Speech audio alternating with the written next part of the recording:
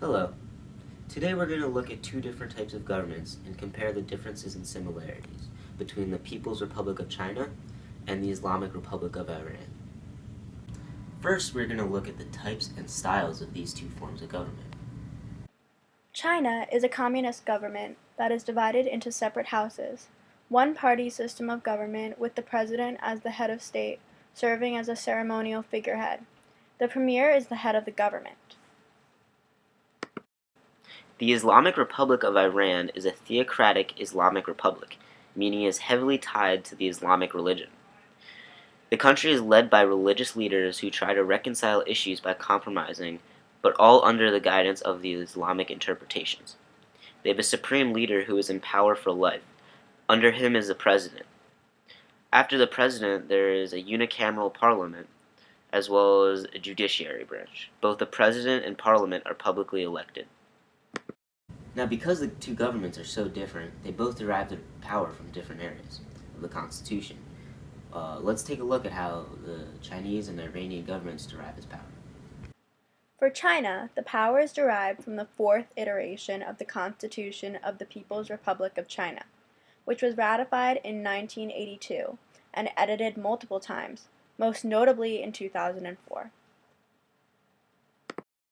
The Islamic Republic of Iran derives its power from the amended Constitution of 1979. And since Iran is a theocratic government, they also derive their power from the religion of Islam. Now, although both of these governments are recognized, we need to figure out if their power is truly legitimate.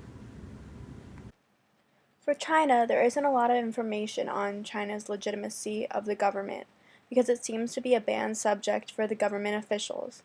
Some sources say no because the only legitimacy is because of the history, because the government has been like that for so long, while others say yes, the Chinese are very supportive of its government and accept it nearly fully.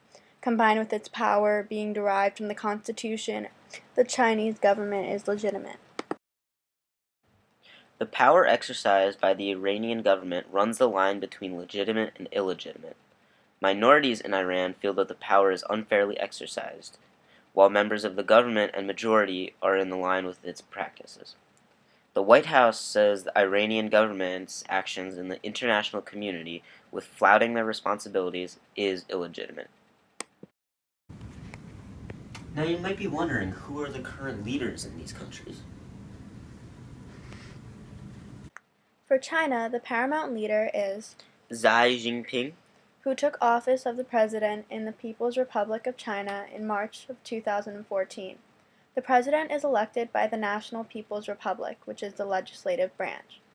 As president, he has the power to promote laws, select and dismiss the premier of the state council, grant presidential pardons, declare a state of emergency, and even more. In Iran, the supreme leader is Ayatollah Khamenei.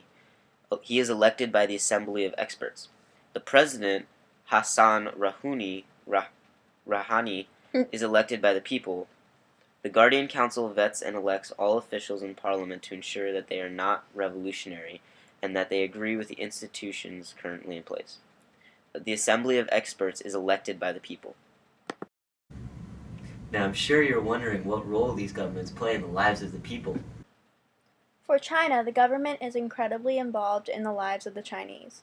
In addition to building nearly unparalleled national unity, the Chinese government is adept in jump-starting economic growth and providing wealth for its nation. It does this through taking aggressive stances on trade, censoring what its citizens see so that their stimuli are all pro-China, and by mitigating any and all risks to the Chinese power apparatus from within the nation. However, the way that the Communist Party has provided for the citizens has resulted in a wide economic inequalities and spread corruption in governmental officials trying to get ahead. The government dictates many aspects of life for the Chinese people. The Iranian constitution promises the people many freedoms that the U.S. citizens are also promised, such as free expression, free worship, and free organization. The constitution also extends additional rights to minority religions Because the government is a theocracy, some religious groups, such as the Sunnis, are alienated from the rest of the population. The government attempts to govern the economy and meet its citizens' expectations. However, because of the sanctions placed on Iran to curtail uranium use, the people are often put in difficult circumstances. And lastly, do the people have the right to vote in these countries? For China, the citizens of age are allowed the right to vote, but the majority of elections in China are one candidate elections, where the only candidate on the ballot is the one nominated by the power apparatus of the Chinese Communist Party. In Iran, the people are allowed to vote. The people are in a pretty thoroughly democratic system in Iran. However, candidates ruled too extreme by the Assembly of Experts and Guardian Council will be barred from running, so voters' choices are slightly restricted.